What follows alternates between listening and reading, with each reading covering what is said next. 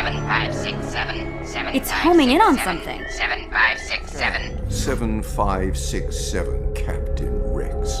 You were a hero once. You and your...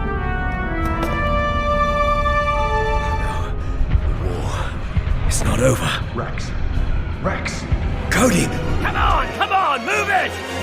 Welcome back for the final part of the complete life story of Rex. We learned how he went from the growth chambers on Kamino to lead the 501st at General Skywalker's side. We saw how he and Ahsoka's friendship grew throughout the Clone Wars, while so many of his own brothers and even Jedi generals revealed themselves as traitors. And then there were his brothers that were tortured by this war. The mind of Tup was shattered, Fives was framed and killed, Echo was made a machine slave, and Jesse and many of his 501st brothers died in the Venator crash following Order 66, where even he was forced to try and kill Ahsoka. But as long as these two survived, the Emperor could not claim victory. The last we saw Rex was in the year 19 BBY, but we wouldn't see him again for another 15 years. Just 4 years before the Battle of Yavin, Ahsoka was heavily involved in building up rebel cells across the galaxy. When they felt it was time to set up a hidden permanent base, she thought her old friend would know the best location. No one would have a better understanding of the sites in the Outer Rim that could be of military importance than him. A great military commander with a vast knowledge of the Outer Rim, he could assist us in finding a base. With the use of a T-Series' computational powers as a tool, they could predict where one would have gone into hiding on the desert planet Selos, making a point to fellow Order 66 survivor Canon to trust this person. And Kanan, if you find my friend, you must trust him. The Spectres team would split up, and the T-Series starts to pick up on a code that Ahsoka must have used to locate her old friend. 7567. Out of a heavily modified ATTE emerged 3 old men. They're clones! Jedi, they've come for revenge. Stand down, troopers, now! That's an order, soldier! The clones and Kanan, the Order 66 survivor, both think that the other wants to kill them.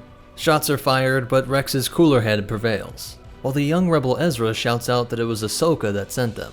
Ahsoka Tano.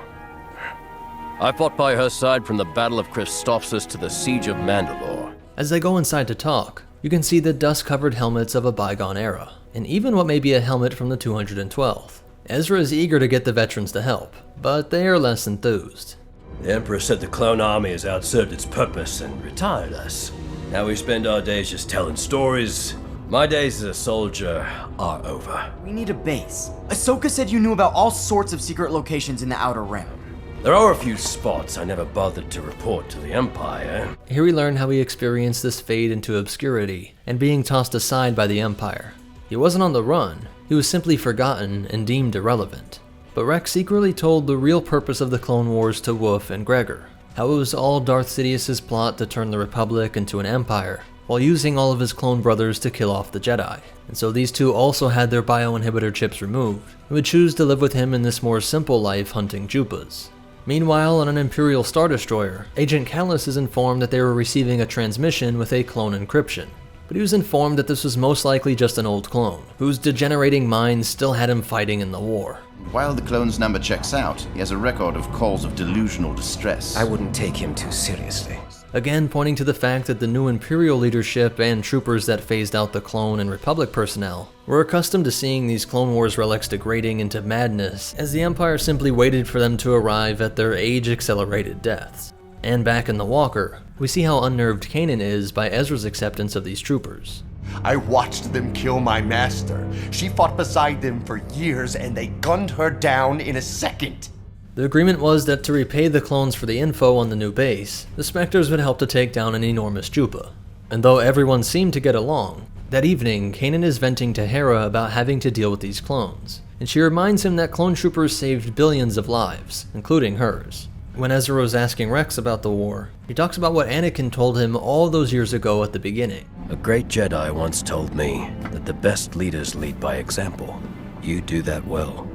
But Sabine rushes in and says that the clones sold them out. There was a transmission sent by the Walker to the Empire, and multiple calls from Ahsoka were being ignored, confirming Kanan's fears that they were still working to kill the Jedi. But Rex is adamant that this didn't happen, while noticing that Wolffe is suspiciously silent. I wanted to protect you guys. Protect our squad. The war is over. We are free men. The argument was interrupted by an Imperial probe droid, but the old captain proves he still had it with the DC-15. blasting the probe with a single bolt. Thinking they were free to go, Rex gives them a list of locations that would be great for starting up a rebel base. The coordinates of every Republic base, separatist installation, pirate hideout, and smuggler's den in the Outer Rim. Plus a few Mandalorian bases that even they've forgotten about. A bit of a dark remark there at the end by Wolf, noting that their list is more accurate of Mandalorian base locations than the now decimated, humiliated, and scattered Mandalorian people, after the Empire used the Siege of Mandalore to permanently place this world under the Imperial yoke.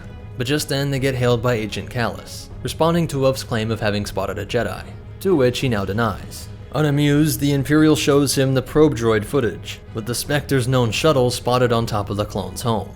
Rex is given an ultimatum to turn the Jedi over or die. I hope you brought a better class of soldier than those stormtroopers. And these clones were not rusty, immediately moving into position, opening up a crate of GAR weaponry, including an RPS-6 rocket launcher that Gerrera uses to pick off a TIE fighter.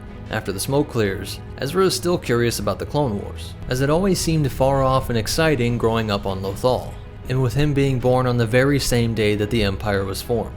I don't think the fighting ever got to Lothal. The general I fought with was among the greatest of the Jedi. I trusted him with my life more times than I can count. When the Imps dropped their new walkers, Rex was curious and honestly impressed. Reinforced armor plating, heavy cannons, and anti-personnel blasters. And he knows that this is not a fight that they could win, instead turning away and trying to run. With an enormous sandstorm coming, this might be their only hope, as he knows with Jedi you can pull off some pretty amazing things. Kanan can feel the Imp's presence in the Force, and uses it to guide while everyone else is walking around blind. I always trust my general. The Jedi puts them in the center of the 3 AT-ATs, and with Ezra using the Force as well, he's able to let it guide his shot, perfectly placed on the relatively weak neck joint to bring it down. The Spectres need to use this break in the storm to escape back to the Ghost. You're not abandoning anyone. We're covering your escape. Now move! And the ISD in orbit happens to be recalled at that same moment by none other than Lord Vader, Rex's old general, inadvertently saving him once again. While the clones take on the 2 remaining Imperial walkers. The fight would have been their last, but Kanan could not bring himself to let the clones die after protecting their escape. Turning back, they were able to drop in on the walker, while the AT-TE was recklessly charging the other. This combo of clone troopers and Jedi leadership proved effective once more. Just like the old days. And this fight convinced Rex to join the rebels, where he sees that the little one is all grown up. Commander, you got old.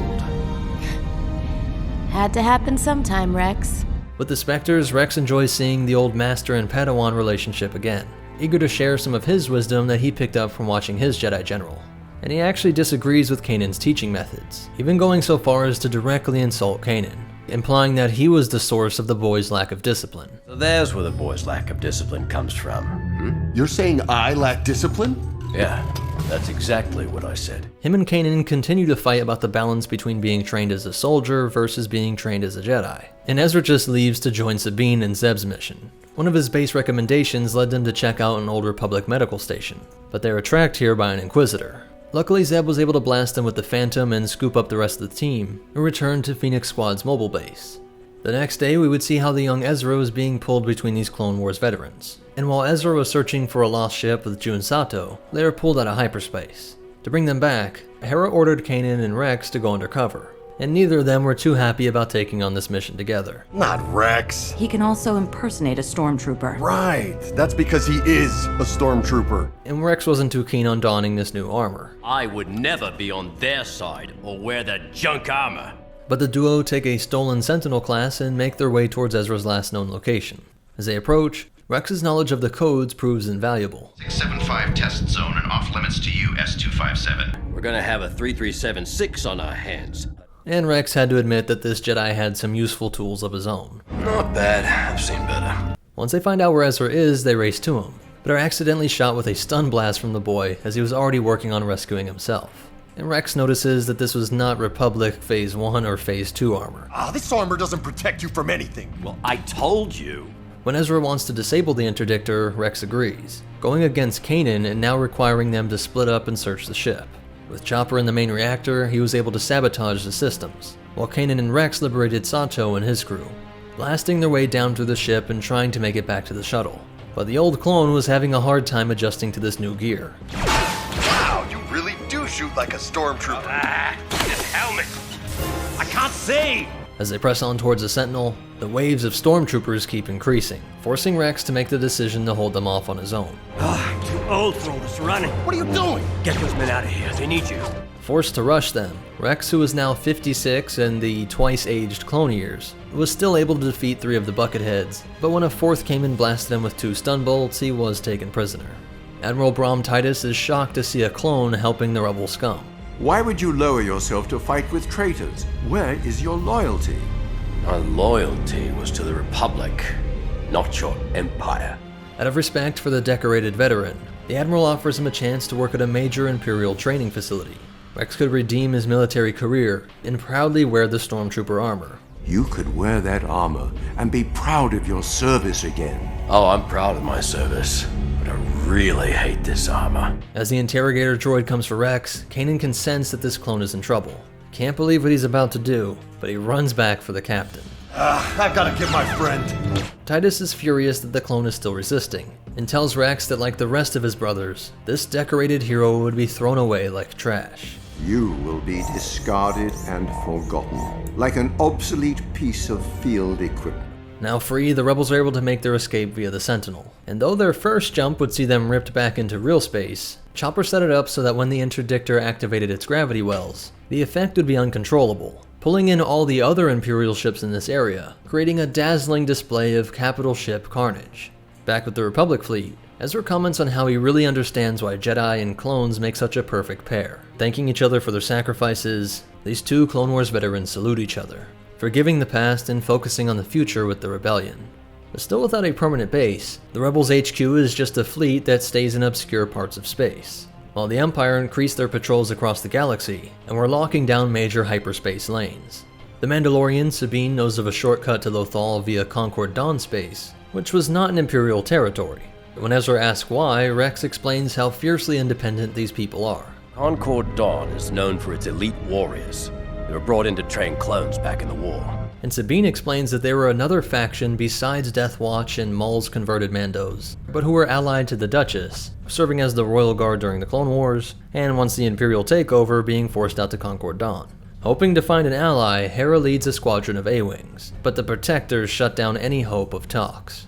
Sabine's info is incorrect, the Empire having struck a deal with Ven Rao to keep his space independent, essentially allowing the Protectors to hold on to it, as long as they didn't go against the Empire and gave up any rebels that they wanted. Hera was nearly killed, and Sabine demanded vengeance against Rao and these Mandos, a man that both Rex and Kanan called an ally during the Clone Wars. Ven Rao was a fighter pilot instructor for the Grand Army of the Republic. He also served At the Battle of Megiddo. I know. I was there. And their next mission would result in his capture. From here, the Spectres were tasked with investigating reports that the Empire was building something massive over Geonosis. As soon as they emerge from hyperspace, they can seize some sort of Imperial construction modules. And before they approach, Rex warns them of the countless Geonosians on the surface. But when Chopper says that there are no life forms on the surface, the veteran of 2 Geonosian battles doesn't believe it. No life. You crosswired? There are billions of bugs on Geonosis. Once on board the seemingly abandoned Imperial facility, they were ambushed by Callus's forces. Rex mans a laser cannon on the Ghost and opens fires on the ATDPs, while Zeb is forced to make an escape from the station via escape pod. And Rex tries to reassure Ezra that they can find him, shooting down several pursuing TIE fighters and even taking out more of those walkers. While Zeb's pod with Callus in it was knocked off course and crash landed onto an icy Geonosian moon. And though the search would take a while, they do eventually find him. When we next see the rebels, the fleet has grown. Both Rex's list of suitable locations and a map of areas from Zeb's nearly extinct species, the Lasat, both identified Atollon as the world so incredibly remote that there was no Imperial presence. In this way, Rex was instrumental in providing this major stepping stone towards finally defeating the Emperor and restoring the Republic. Though there were the local Krykna that had attacked one of their scouts and even captured the captain, forcing the Spectres to venture deep into the creature's cave systems, where countless eggs were discovered, and dangling from the ceiling they found Rex. This rescue alerted the whole colony. These creatures rushed out and were so aggressive that they even attacked the ship, covering it with their thick webs and preventing escape. All worried that they had discovered why this world was never inhabited. The Krykna almost made it inside of the ship, but were repelled with an impressive flying kick from Rex. Meanwhile, outside, Sabine accidentally discovers that they were agitated and repelled by the sensor arrays. And even though they made it out alive, Rex worried that this was not the right location after all. Guess we should inform Commander Sato our site might not work out. But all was not lost, however, by simply creating a perimeter with these sensor arrays. The rebels had their secret base and now a sea of violent spiders that would scare away any unwanted visitors. The rebellion would continue to grow its strength and numbers, but they were about to take one of their most devastating losses. You know, I could have ordered you to take me along. You don't exactly outrank me anymore. In my book, experience outranks everything. Rex was forced to attend to matters at the rebels' chopper base, but Yoda had instructed Ezra to go to Malachor in order to find the secret to defeating the Sith. On this ancient Sith world, they would be attacked by the Inquisitors, and Darth Maul would reveal himself, trying to turn Ezra into his apprentice and even fighting alongside the Jedi, having spent these years plotting his own revenge on the Emperor and having long abandoned his Darth title. Though by the end of this battle he would try to kill Kanan and turn his blades on the Jedi that had freed him from his Mandalorian coffin all those years ago.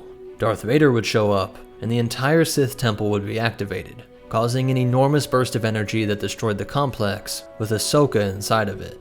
When the Spectres arrived on Chopper Base, Rex was there waiting, broken at already having heard the reports. To make this even worse, their next mission would be made even more difficult because of his memories with her from the end of the Clone Wars. As so many of his loved ones from the Clone Wars era were being lost, the rebels got reports that a remote Imperial facility was scrapping Y-Wings, the bomber that Rex used to save Ahsoka during the events of Order 66. But these bombers would indeed make a great asset, and so they headed out to Reclam Station. Flying through the thick atmosphere, they see that these bombers are being scrapped at an alarming rate. The orders were to simply recon, but Hera placed Ezra in charge of this mission to give him more responsibility. Ezra reasoned that the spirit of the mission was to steal the Y-Wings, and if they waited, there would be none left. When Rex disagreed, we see the young Jedi's power struggle against the veteran. We're going in now! That's an order! As they near the facility, they are swarmed by dismantler droids. Rex crawls out to shoot, but they are forced to crash land on the station, all while these Clone War hero vehicles were being spit out as scrap. Ezra would run to commandeer another Sentinel, while the rest of the rebels had to fight to free the Y-Wings. Hondo betrays them, but at least the bombers were free with the help of Chopper, letting them get away with 7 Y-Wings with the astromech remote piloting. But there was one crucial part that the imps salvaged before destroying them. What? There's no hyperdrive! An ISD would emerge out of hyperspace and release a squadron of TIE fighters. But just then, a rebel fleet would also pop into real space, allowing the Y-Wings to fly into the hangar of a Quasar Fire-class carrier. Meanwhile, back on Chopper Base, Hera states that these bombers are not for Phoenix Squadron, but for General Jan Dodonna's unit, as this network of rebel cells was rapidly expanding. Next, they would need to gather more weapons and explosives, and an old CIS supply ship was a great place to start. As they approach the wreckage, Rex tells them about the droids and how his brothers used to battle them. Those droids wiped out a lot of Republic troopers. Many of them were my friends. Battles leave scars. Some you can't see. Inside the hangar, they find what they came for. More proton bombs than you could carry. But as they approach, they trip a ray shield, and Rex hears a voice that he hasn't heard for over 15 years. You have been captured by the Separatist Alliance. The crew is stunned unconscious and brought to the command center, and as Rex comes to, he has a flashback to the old war. It's not over. Rex! Cody! General Kalani looms over them and explains how he and his droid soldiers are still active. Rex tells him that he knows this T-Series, and that he's extremely intelligent. By my calculations, our probability of being defeated was only 23.6%. I assumed it was a Republic trick and prevented the shutdown command. Kalani explains that he wishes to prove that his tactics would have won the war, desperate to have one final battle against Jedi and Clone Trooper. The objective was to make it back to the command center and free Zeb, and together they would fight through the B-1s and make it into the hangar. But Rex senses a trap as more droids don't blindly rush out to meet them. He can tell Kalani has been modifying their tactics. Yeah, it means a lot to his programming. It means a lot to mine as well.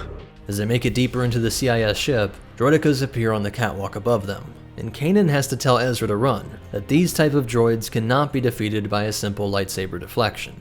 They split up, sending Ezra to use the crane to bring the droids smashing down as the vets keep him occupied. But Kalani had predicted that they would split up, and now deploys another wave of clankers, flanking Rex and exposing him to take a droidica bolt to the chest. Seconds later, Ezra would bring them down, but Rex is upset at the Padawan for taking too long, having been distracted by Chopper. If we're gonna survive this, we're gonna do it with strategy. and discipline. Nearing the command center, they are pinned down by another pair of destroyers. It looks as though these clankers would have their final victory, blasting Ezra and knocking Rex's helmet off. Out of anger and frustration, he chucks the helmet at the shield, and to everyone's shock, it flickered and short-circuited, leaving an opening to blast it. Shield overheated. That droid's too old. Just like me.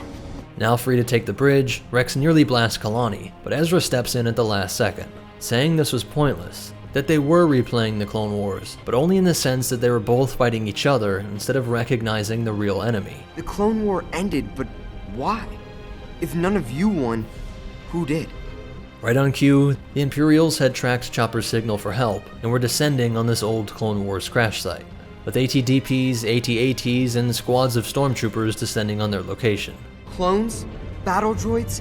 You destroyed each other, and when you were both weak enough, the Empire took over. The plan would be to use some of these proton bombs against the walkers, while the B-1s and droidekas drew fire, allowing for the combined clone, Jedi, droid forces to escape via sheathipede shuttles. And once they make it out to space, they hail Kalani, and Rex says that they both had their victory.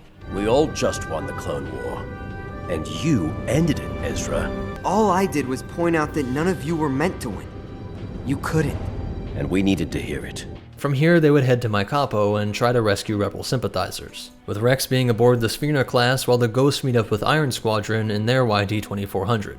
Iron Squad's captain was Jun Sato's nephew, and with Rex's support on world and the successful evac in orbit, they had an important moral win for the rebels. And then it was back to the bug world of Geonosis. Bail Organa would personally explain the mission to the Spectres, saying their initial report of no life forms on Geonosis had troubled them, and so they had already sent a team to investigate but lost contact with them.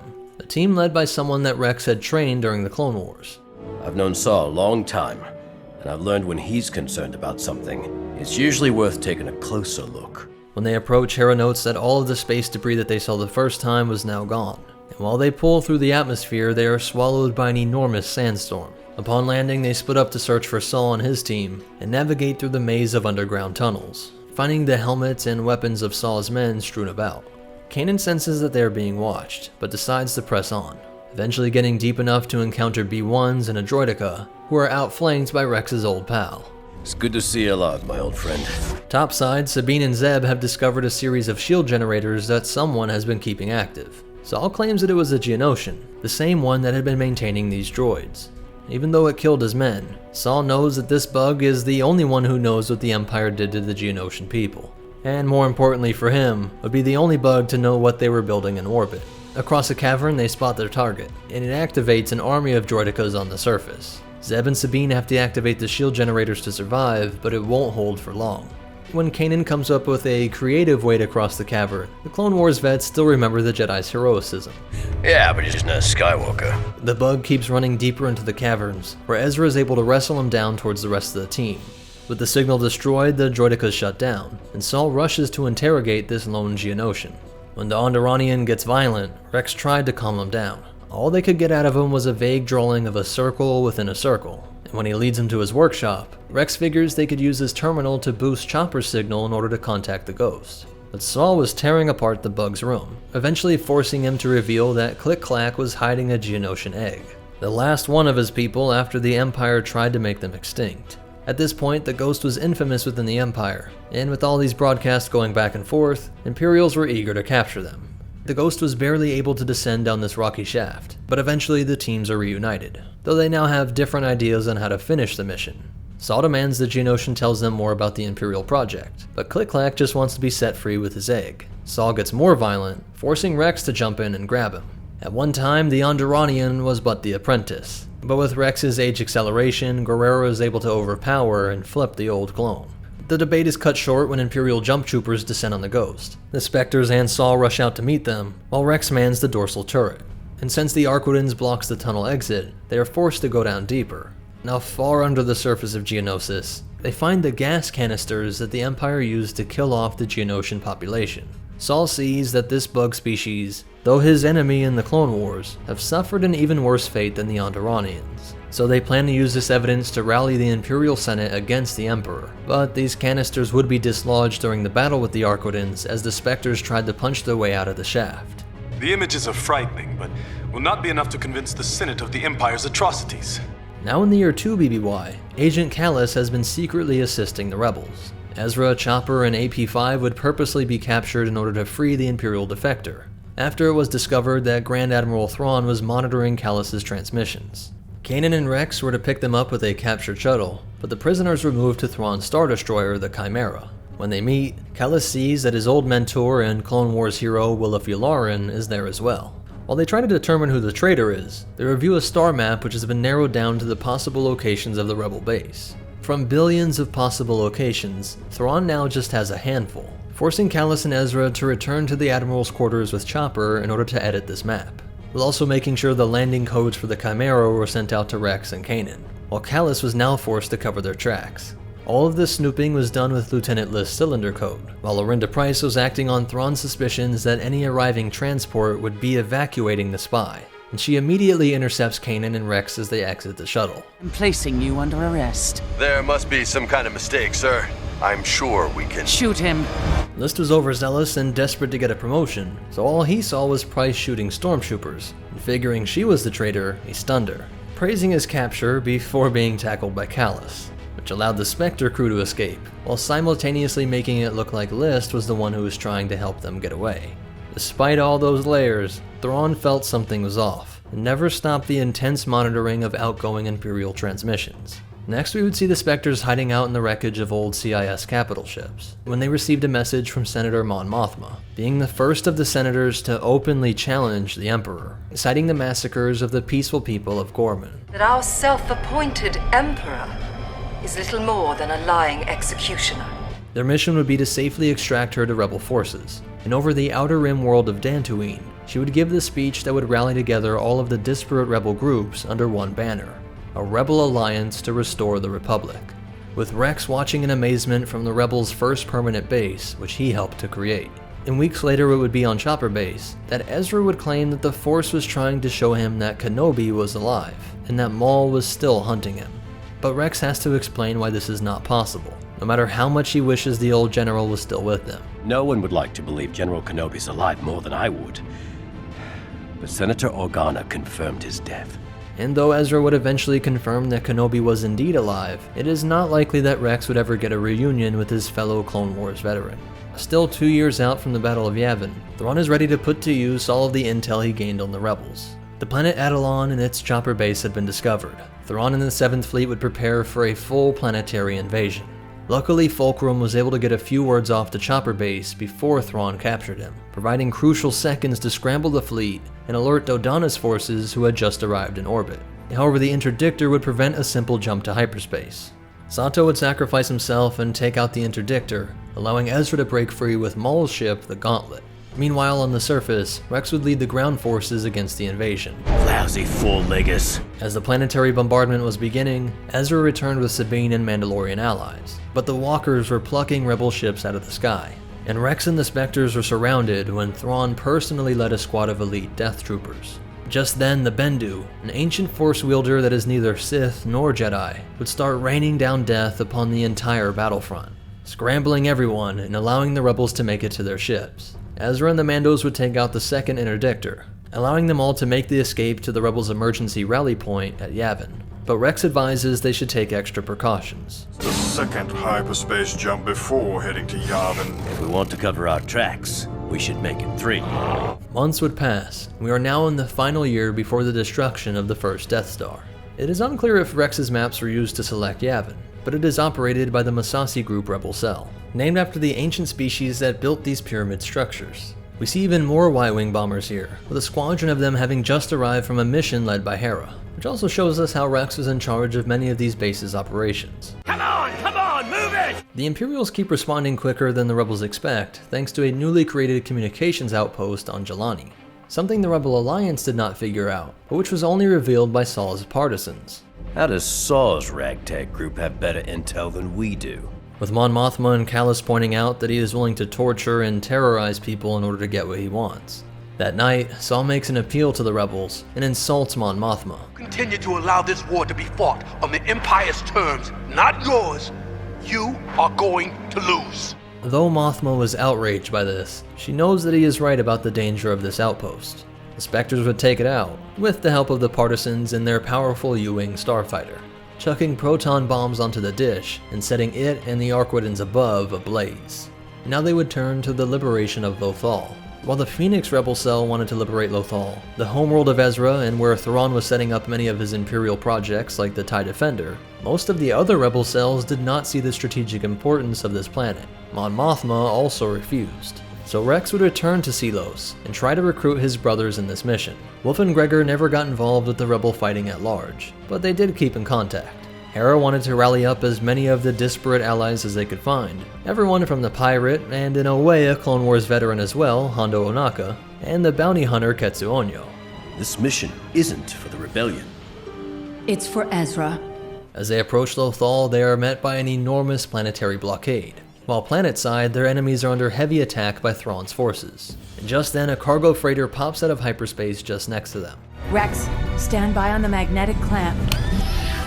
Sir, yes, sir. And as Governor Price was taking them prisoner, the Ghost shows up to blast the imps away. Rex and the boys launching off the ship and onto the battlefront to blast the souls out of the ugly stormy armor. And Gregor loves seeing their new allies and gets a kick out of the connection to his brother. Can you believe it? What?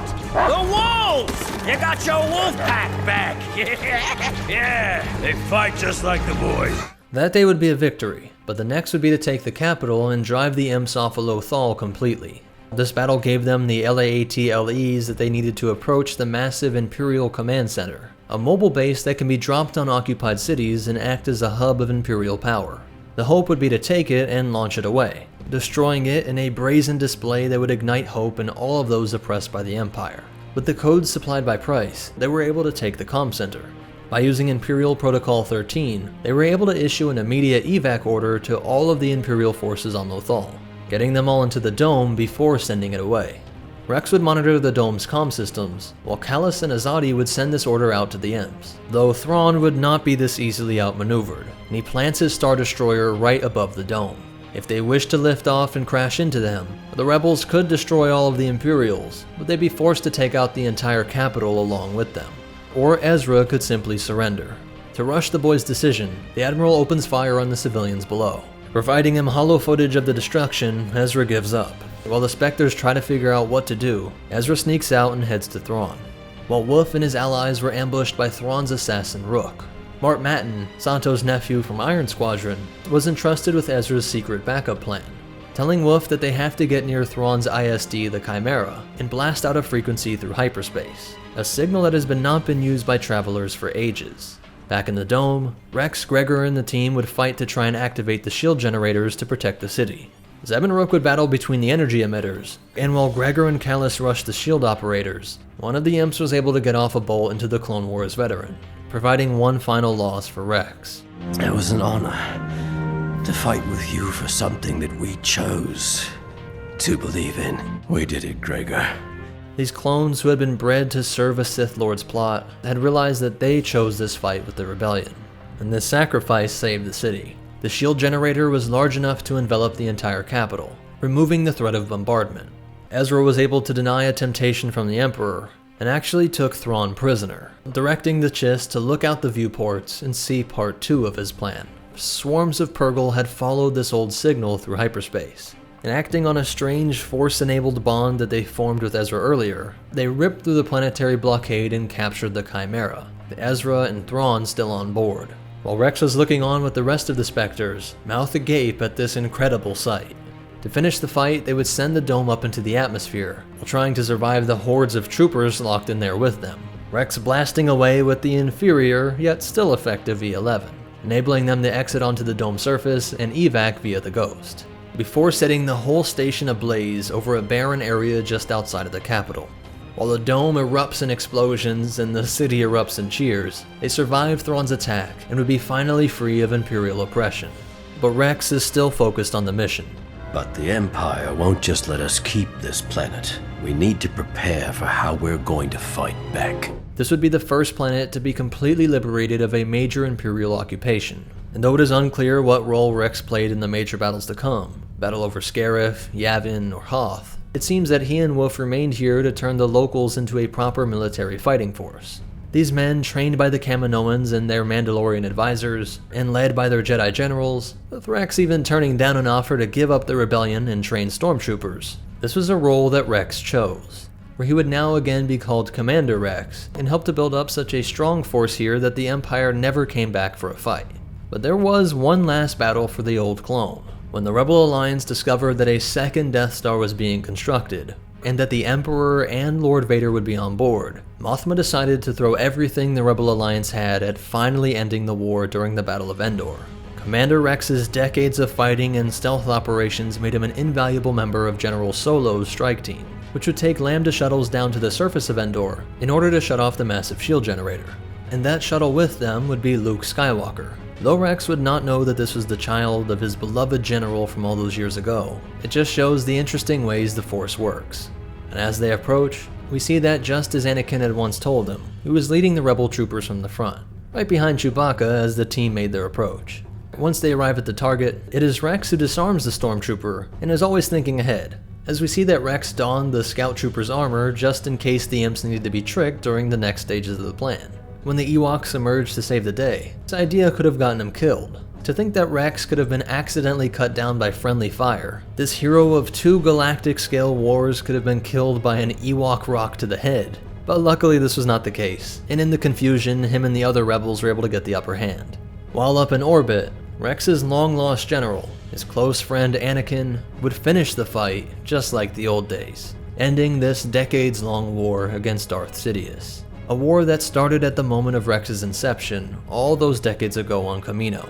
After the fireworks cleared, the galaxy rejoiced, and CT-7567, Rex, would get some much-earned R&R, an honorable end, and upholding his oath to defend the Republic.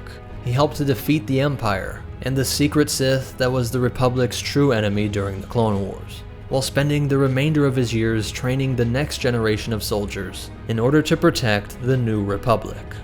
And that concludes the complete life story of Rex. We'll be making more complete life and complete history videos like this, as well as a ton of other ships, vehicles, species, and planet breakdowns. So be sure to subscribe if you'd like to see more. To see more videos like this, and to help ensure that we can make more of these videos, please check out the description, where you'll see links to our Patreon and PayPal, as well as affiliate links to cool Star Wars stuff, and even ways to help support this channel for free.